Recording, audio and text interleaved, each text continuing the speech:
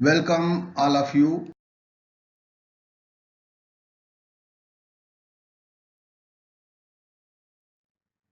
मैं doctor Ramesh Kumar Dewangan, assistant professor commerce, government Mata Karma girls college Mahasamund.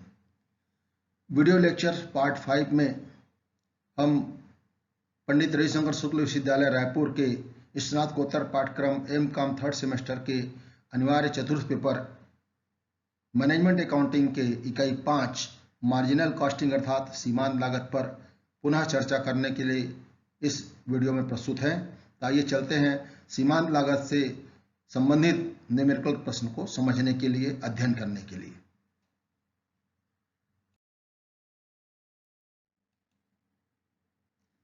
सीमांत लागत विधि और अवशोषण लागत विधि में लाभ की गणना से संबंधित न्यूमेरिकल प्रश्न का अध्ययन हम यहाँ पे करेंगे। तो इस दोनों ही विधियों के अंतर्गत लाभ की गणना करने के लिए अध्ययन की सुविधा के दृष्टिकोण से प्रश्नों के लिए हमने कुछ आधार तैयार किए हैं। उसमें से पहला आधार है, यदि किसी उत्पादन इकाई में उत्पादन की मात्रा और विक्रय की मात्रा समान हो तो उस दशा में दोनों ही विधियों से किस प्रकार से लाभ की गणना की जाएगी। दूसरा जो प्रश्न का आधार है, यदि केवल अंतिम रहतिया उत्पादित माल का है तो उस दशा में दोनों विधियों से लाभ की गणना की जाएगी, तो क्या दोनों में अंतर हो सकता है। तीसरा प्रश्न का जो आधार है, यदि उत्पादित माल का प्रारंभिक और अंतिम दोनों ही प्रकार के रहतिया हों तो उस दशा में सीमांत लागत विधि और अवशोषण लागत विधि में किस प्रकार से लाभ की गणना की जाएगी, यह हम आगे के प्रश्नों में चर्चा करेंगे। सीमांत लागत विधि एवं अवशोषण लागत विधि के अंतर्गत लाभ की गणना करने के लिए न्यूमेरिकल प्रश्न बनाने के दृष्टिकोण से पहला जो आधार था कि यदि किसी उत्पादन इकाई में उत्पादन और विक्रय की मात्रा समान हो, अर्थात कोई प्रारंभिक और अंतिम रहतिया ना हो, तो उस दशा में किस प्रकार से हम लाभ की गणना करेंगे, उससे संबंधित प्रश्न हम देखते हैं। एक कंपनी दो उत्पादों अ तथा ब का निर्माण करती है। निर्माण की लागत निम्नवत है। प्रति इकाई प्रत्यक्ष सामग्री दो प्रकार के उत्पाद हैं, ए और बी, क्रमशः उसकी राशि में कहूँगा 7 रुपये और 9 रुपये। प्रति इकाई प्रत्यक्ष श्रम 3 रुपये और 5 रुपये। प्रति इकाई विक्रय मूल्य 20 रुपये और 30 रुपये। उत्पादन की मात्रा ए का 2000 इकाई और बी का भी 2000 इकाई। कुल उपरी व्यय 16,000 रुपये है, जिनमें से 12,000 रुपये स्थिर व शेष परिवर्तनशील है।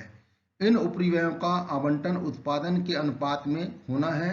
दोनों में से किसी भी उत्पाद का प्रारंभिक व अंतिम रहतिया नहीं है। अवशोषण विधि और सीमांत विधि के अनुसार लाभ ज्ञात कीजिए। प्रश्न में आप देखिए कि उत्पादित इकाइयां दोनों ही उत्पाद के समान हैं। 2000 इकाई ए प्रोडक्ट का है और 2000 इकाई बी प्रोडक्ट का है, और प्रश्न में जैसा कि निर्देशित है, दोनों ही प्रकार के उत्पादों का कोई भी प्रारंभिक व अंतिम रहतिया नहीं है। और एक महत्वपूर्ण बात, कुल उपरी व्यय 16,000 में से 12,000 रुपये स्थिर है और शेष परिवर्तनशील है, तो उसको हम उसके उत्पादन के अनुपात अर्थात 2-2,000 रुपये 2-2,000 इकाइयाँ हैं, उस अनुपात में उसको बांटेंगे। तो आइए चलते हैं इसके सॉल्यूशंस को देखते हैं। अवशोषण लागत विधि के अंतर्गत पहले हम लाभ की गणना करेंगे। तो अवशोषण लागत विधि से लाभ और लागत की गणना करने के लिए कॉलम्स हैं। इस कॉलम्स में आइटम्स लिखे गए हैं, क्रम से देखते चलिए। डायरेक्ट मटेरियल प्रत्यक्ष सामग्री 7 रुपये के हिसाब से 2000 इकाइयों का 14,000 और 9 रुपये के हिसाब से 18,000, दोनों का योग हो गया 32,000। इसी प्रकार से डायरेक्ट लेबर प्रत्यक्ष श्रम 3 रुपये के हिसाब से 2000 इकाइयों का 6,000, 5 रुपये के हिसाब से 10,000 2000 इकाइयों का, कुल मिला के 16,000 रुपये।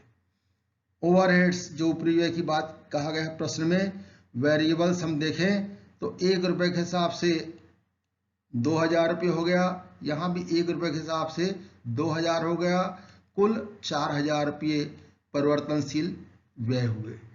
स्थिर व्यय 3 रुपये के हिसाब से 6,000 हो गए, यहाँ भी 3 रुपये के हिसाब से 6,000 रुपये हो गए, कुल हो गया 12,000 रुपये। अब इस प्रकार से जितने भी प्रत्यक्ष श्रम सामग्री और वेरिएबल और फिक्स्ड कॉस्ट है उन सबको जब हम जोड़ लेंगे तो उसका टोटल आएगा टोटल कॉस्ट। तो ए का प्रति इकाई 14 रुपये और उसका टोटल हो जाएगा 28,000 रुपये, बी का 18 रुपये प्रति इकाई, कुल हो जाएगा 36,000 रुपये।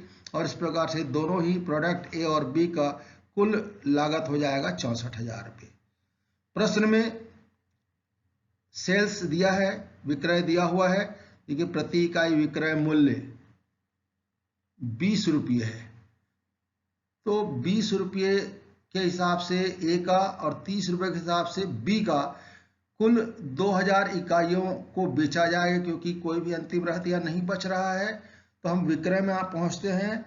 सेल्स अर्थात विक्रय 20 रुपये के हिसाब से 2,000 इकाइयों का 40,000 हो जाएगा, 30 रुपये के हिसाब से 60,000 हो जाएगा, कुल विक्रय हो जाएगा 1,00,000 रुपये।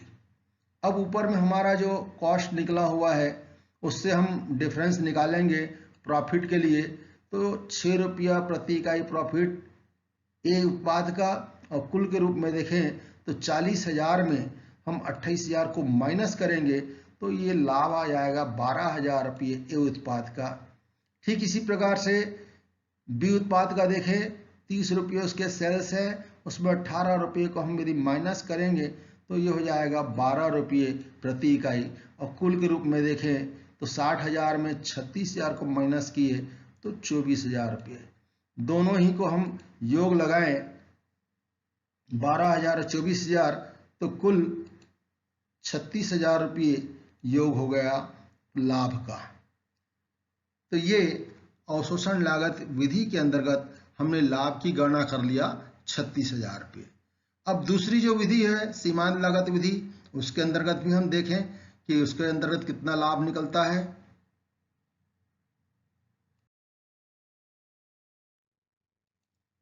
सीमांत लागत विधि से लाभ की गणना, प्रश्न अभी भी वही है, उसके सॉल्यूशंस देखें जरा। कॉलम इसी प्रकार से यहाँ भी खींचा गया है। सबसे पहले सेल्स को देखें, विक्रय प्रति इकाई 20 रुपये है, उस लिहाज से ए प्रोडक्ट का 40,000 रुपये हो गया, 30 रुपये बी प्रोडक्ट का है, 60,000 रुपये उसका हो गया, कुल दोनों का विक्रय मूल्य 1,00,000 रुपये हुआ। अब इसमें हम मार्जिनल कॉस्ट सीमांत लागत से संबंधित जो आइटम्स हैं उसको हम घटा देंगे क्रम से। तो डायरेक्ट मटेरियल 7 रुपये के हिसाब से 2,000 इकाइयों का 14,000, 9 रुपये के हिसाब से 18,000 और कुल 32,000। डायरेक्ट लेबर 3 रुपये के हिसाब से 6,000, 5 रुपये के हिसाब से 10,000, इस प्रकार से कुल 16,000 हो गए। वेरिएबल ओवरहेड्स, तो वेरिएबल ओवरहेड्स 1 रुपये के हिसाब से 2,000 और 1 रुपये के हिसाब से 2,000, कुल हो गए 40,000। अब इस प्रकार से हम देखेंगे मार्जिनल कॉस्ट, यानी जो लेस करने वाला आइटम है 11 रुपये और 15 रुपये, यहाँ पर कुल हो गया 22,000, यहाँ पे हो गया 30,000, कुल हो गया 52,000। कंट्रीब्यूशन की राशि निकल आता है, यदि हम सेल्स में से मार्जिनल कॉस्टिंग को माइनस कर देंगे, अर्थात 20 रुपये में से 11 रुपये को माइनस करेंगे तो बचेगा 9 रुपये कंट्रीब्यूशन। समग्र रूप में देखें ए प्रोडक्ट का 40,000 है, उसमें से 22,000 को माइनस करें तो 18,000 रुपये। ठीक इसी प्रकार से बी प्रोडक्ट का है 15 रुपये, उसमें से 30 रुपये में से 15 रुपये माइनस किए, 15 रुपये बचा। ठीक इसी प्रकार से 60,000 में 30,000 माइनस किए, 30,000 बचा। समग्र रूप से देखें 1,00,000 में 52,000 को माइनस करें तो 48,000 बचा। अब इसमें फिक्स्ड ओवरहेड्स जो है वो घटा देंगे, कुल राशि प्रश्न में जैसे दिया गया था 12,000 है, तो अंतर की राशि 36,000 रुपये हुआ। इस प्रकार से हम देखते हैं कि सीमांत लागत विधि से भी हमने लाभ की गणना किया तो कुल 36,000 रुपये यहाँ पर भी लाभ हुआ। निष्कर्ष क्या निकला इस प्रश्न में?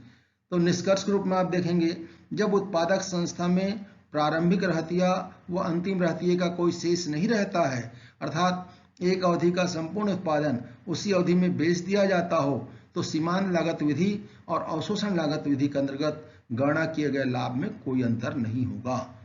उपरोक्त सॉल्यूशन में भी आप देखिए अवशोषण लागत विधि और सीमांत लागत विधि दोनों विधियों में लाभ 36,000 रुपये है। तो dear students, thanks for watching this video. For more details contact me, email my address deva.rk3013@gmail.com। हम अगले वीडियो में फिर प्रस्तुत होंगे 6वें नंबर के वीडियो पर अवशोषण लागत एवं सीमांत लागत संबंधी शेष न्यूमेरिकल क्वेश्चंस को लेकर के। तब तक के लिए आप सबको गुड बाय।